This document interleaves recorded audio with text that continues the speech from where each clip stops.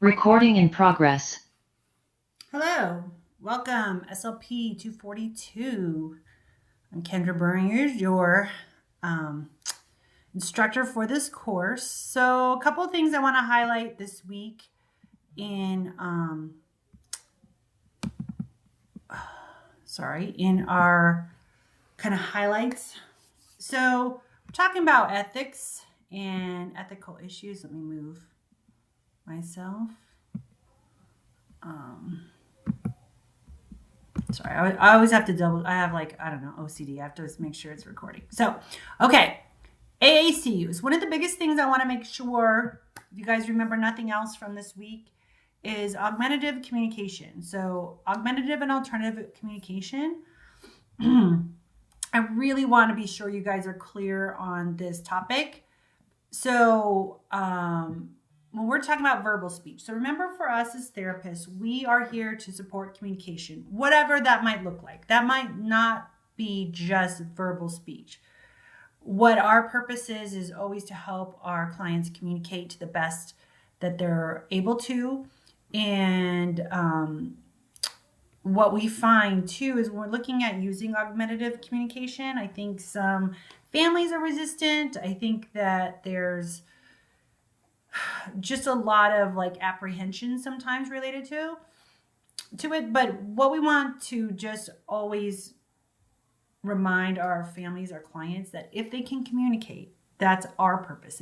Obviously, we always want to help support verbal speech, of course, but verbal speech might not be appropriate for every communicator.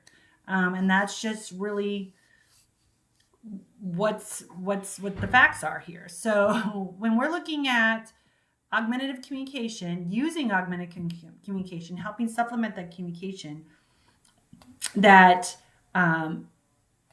research shows using augmentative communication does usually improve verbal speech. So it's the gold standard. It aligns with our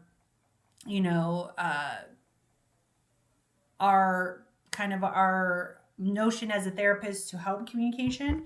So definitely there is always a lot of kind of maybe resistance or fear from families or maybe even clients themselves, depending, especially with our adult rehab clients, where we're trying to support and regain some of those skills.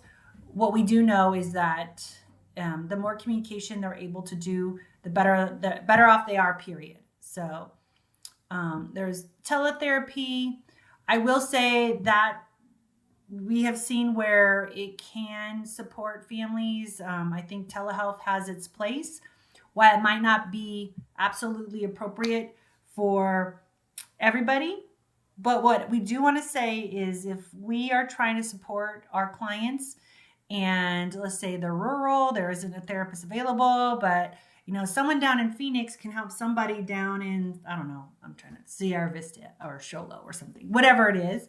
And if we can help support the family and we're seeing benefits of telehealth, I think you have to give a period of trial and see how the client is responding and the families in their environment.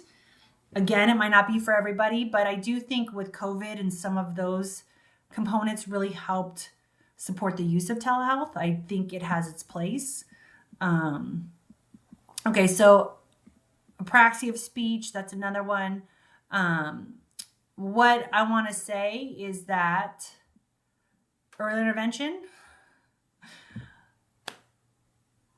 we want to kind of always take that with a grain of salt. What we do know, early intervention is best, but to the intensity and the amount and what's really purposeful, hopefully, the team can come up with a consensus on what's the priority.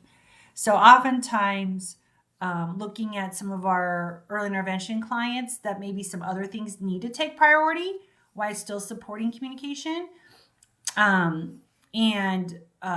Again, there's also a notion of being too much, we call it therapy. I don't think that's a real word, but I call it therapetized. Autism stuff. What we do know, ABA, oh boy, someone asked me about this already. Okay, this is what I'm going to say. And it's getting a lot of backlash right now. One of the other components that I want to say about 80%, 90% of the therapies, I think most things have its place. And I do believe ABA has its place. Do I think it's the end all be all? Do I think every client needs it? No. And really, truly, we shouldn't be doing prescriptive things. That if we're doing the same thing for everybody, that's not really individualized either. So personally, I see where ABA is supported. A client has supported a family, but I also can see where the controversy lies. And I think that's where families kind of have to make their own informed decisions. And I also don't think ABA should be over every other therapy. Like, for instance, I think they can coexist. Speech and ABA can coexist. OT and ABA can coexist. Speech and OT can coexist and support our client to the best of our abilities, but that does take collaboration. So, the only other one, and there is a lot, so be sure to kind of be familiar with this, is the only one, okay, non-speech oral motor exercises. Okay, here we go. So things like blowing, sucking, tongue wagging is, there is argument that these exercises don't support, there's no efficacy in improving speech articulation. Okay. So proponents of oral motor exercises believe that, the non-speech oral motor exercises can support oral motor strength and coordination, especially in children with motor planning issues. So the opponents argue that speech tasks are highly specific and require direct practice of speech sounds for improvement. Okay, current research doesn't support this. But what I also want to say, if you as an SLPA, like what does this mean to you guys as SLPAs? If you're ever asked to do oral motor exercises or your supervisor says, hey, there's this whole thing, we call them warm-up exercises. Please understand why they're asking you to do it and for what purpose. So I think also there can have a place for a specific purpose to just improve articulation. I also don't believe in that, but there's other things, for instance, sometimes like right now I have a little perfect example, a kindergartner. He really struggles to put his two lips together. He can, it takes a lot of effort. He has the ability, but the automaticity of it, I think he really has to put a lot of mental brain effort into getting his two lips together to do any bilabial sound. And then we've got other issues like voicing, etc. So we do some exercises where we just practice putting his lips together in order to produce the M. Obviously, the purpose of it, do I make him, do bilabial exercises per se? No, but do we practice in a mirror?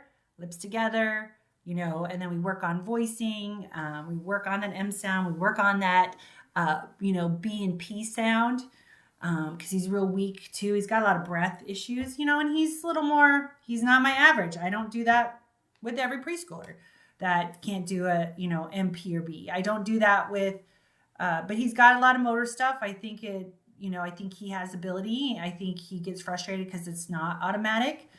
So we're working on a certain thing, but for a specific purpose.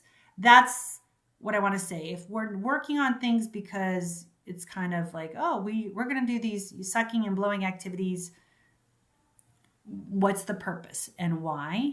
And make sure you understand that. So do I do blowing and sucking in order to get, K's and G's better? No. Do I do, like tongue wagging for a specific purpose? No. So what are you doing? Lips together for a specific purpose? Yes, we do that. I do that. And when I was talking with my SLP, actually, her and I just had this conversation about this little guy. And we were talking about, he's the only one right now we recommend doing something like this for, but you definitely have to know the purpose. So are we just doing oral motor exercises for any run-of-the-mill artic issue? No. And the research doesn't support that. So I do want to say that if you're asked to do oral motor exercises, please understand the purpose and the why, and make sure you have a good understanding of it, because like I said, just because you have an artic issue does not mean you need to do oral motor exercises for anybody. All right, those are some of the ones I want to highlight. There's some more, but AAC, if you remember nothing else, what we do know is that the more they have access to communicate, the more usually they do become verbal. So we don't want to perpetuate poor myths about AUGCOM, about augmentative communication. Okay, my little soapbox. Let's go back to, okay. We have a critical thinking assignment, self-reflection, and then there is a quiz. So I'm going to go to the read and review. Oh, that's an old one. Someone's like, can I listen to the old one? Sure, go for it. It was SLPA skills inventory list. That was on last week. It's here again. Some people couldn't access the read and review. If anybody's having issues with accessing a page on the module, please let me know.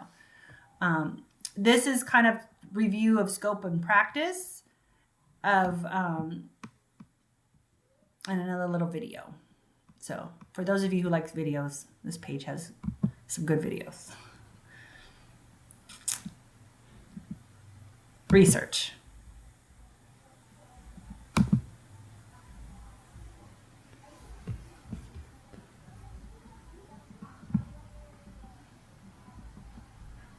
So EBP, what does that mean? So evidence-based practices.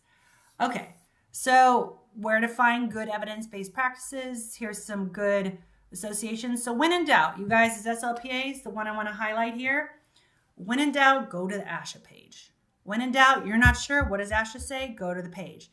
And usually then the next good page is maybe your state association. So these two are the two I go to right away if I really want to look up something. There are some other that's a little bit broader, obviously university libraries, Google Scholar, etc. But for you guys, here's some things.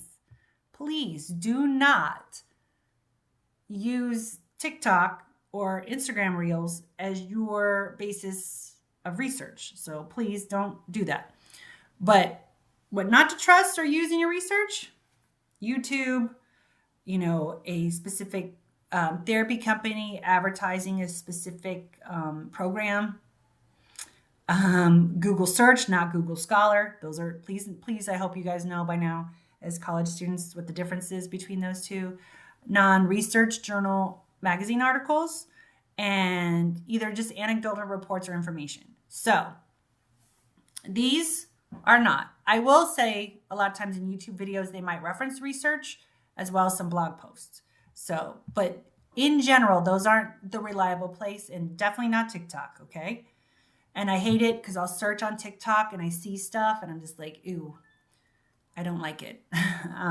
So peer-reviewed journals are kind of the gold standard. So research that was done and it was reviewed by a group that also is in the same field that supports what the conclusion is, what the outcome, what the research method was.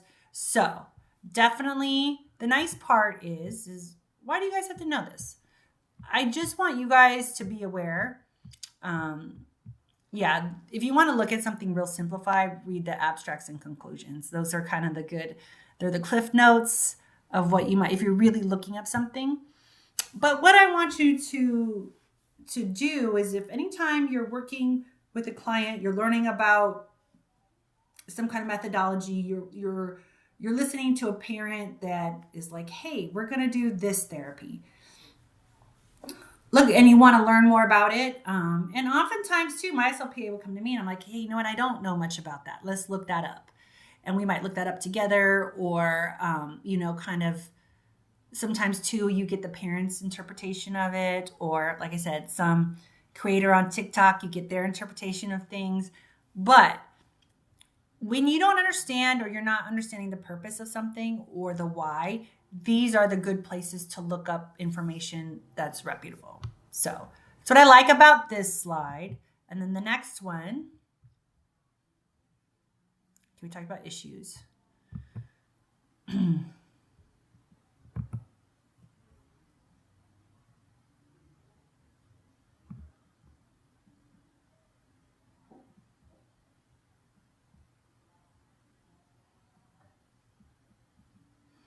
Okay, here we go.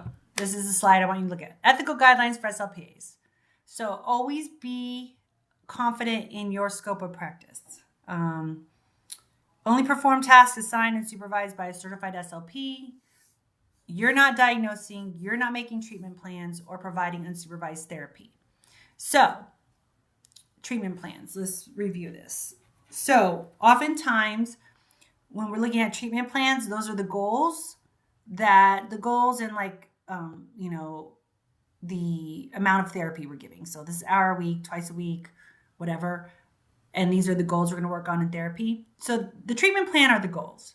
You might choose the activity to do, but you're not changing the goals. You're not changing the goals. You're not changing anything other than providing the therapy as prescribed. We prioritize client welfare. So if anything that's going on, safety, like today I was trying to do an activity with a client today. He was so combative. He was so agitated. It wasn't becoming safe. He's throwing things, he's kicking, he wasn't being safe with where we were at and what we were doing. So I just stopped. Okay, here was my plan today. Okay, that's out the window. This isn't working. I need to adjust or change course, so to speak. So I like to do some activities on a playground, and he clearly was not being safe. So my activity to work on up and down, my activity to work on jump and over and under, all the basic concepts of wasn't happening today on the playground because he was throwing wood chips, he was kicking stuff, he basically like shoved our little big wheel thing across the playground. So he wasn't safe on the playground today. So that went out. I had to prioritize everybody's safety and his and mine. So my whole session plan today went out the window. I had to readjust. So always remember what's in everyone's best interest, especially for the environment that you're in. Obviously, I'm at a school. But even if we were at his house, in his own playground, in his backyard, or at a park, or somewhere, doesn't matter. How am I keeping everybody safe? And following HIPAA guidelines too. So follow evidence-based practices. So use methods and strategies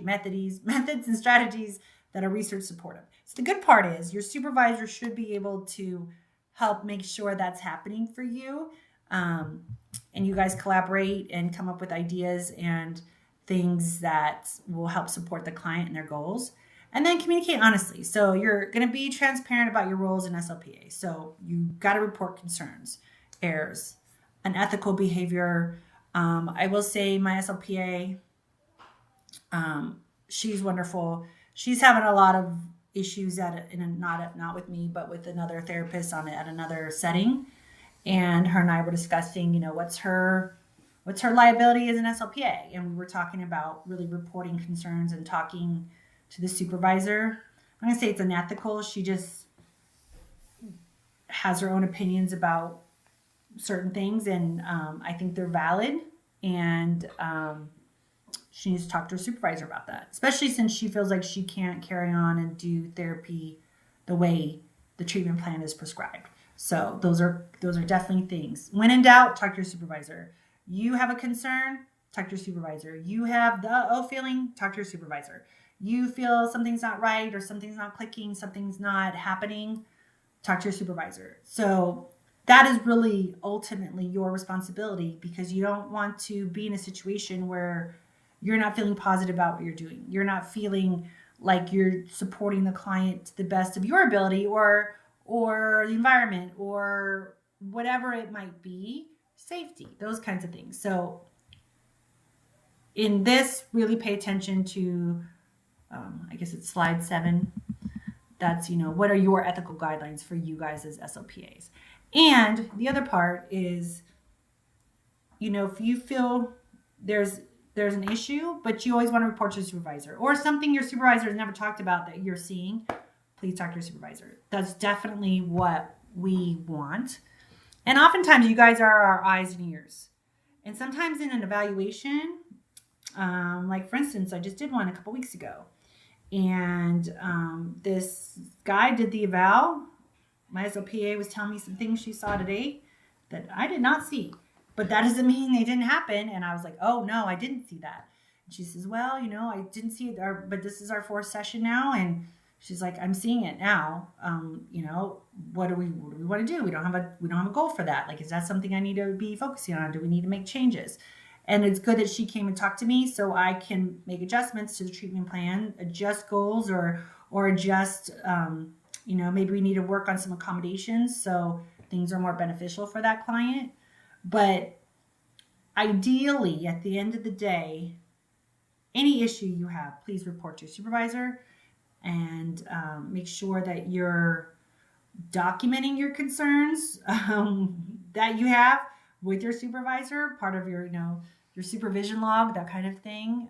Really good to keep, records on all of those things. Okay, so the quiz. So we have a quiz this week. Your critical thinking. So you're an SLPA working with the child in a school setting. This child's teacher and parents strongly advocate for the use of a specific therapy method they believe will help the child speak more clearly. However, the method is not supported by evidence-based practices, and your supervising SLPs express concerns about its effectiveness. So the teacher and parent are persistent, explaining they've heard success stories and are pressuring you to incorporate that method during your therapy sessions. Okay, how does ASHA's Code of Ethics guide you in addressing the conflict between professional standards and the preference of teachers or parents? So look at that, know ASHA's Code of Ethics, and document it, because you will see this. And especially now, all these little buzzwords and stuff are on TikTok, and people see this, they're like, oh, we want to do spelling, we want to do this, we want to do whatever it is. Definitely, you have those conversations and be sure to document it, especially if you feel pressure from not your supervisor, but from other people that also interact with the client on a regular basis. Okay. Or when the teacher wants you come to pull a kid, especially in a school-based setting, I can speak to this teacher, you go to see the client, you're pulling them out to the speech room, and they want you to do their social studies with them, because they sometimes might view you as the helper, the tutor, or whatever that is. When I was an SLPA, so for those of you who don't know me or haven't had me before, I was an SLPA for 9 years before I went and got my master's. So I've had my fair share of weird situations. I've had my fair share of 5 or 6 different supervising therapists, and definitely I've worked in hospital, I've worked in home health, I've worked in school-based settings and clinic-based, so definitely been in my fair share of weird situations. Okay, and then we have an ethics so just complete the reflection. So you're just writing an essay.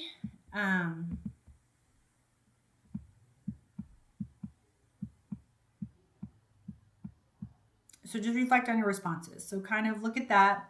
So again, I know some person said, well, I haven't ever done this. Okay, true. You're right. Most of you haven't.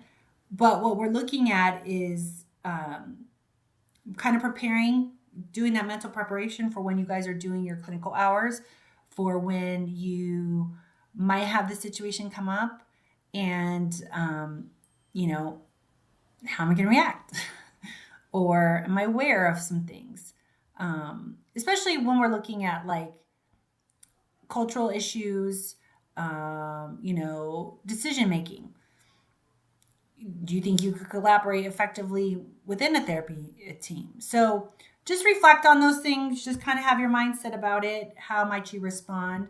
Because these are things you might start to face day one. You go into your setting, do your hours, and guess what? Some of these things are coming up already, and it's week 1. So food for thought for sure. So thank you guys for joining me. I appreciate it. And you guys have a good week.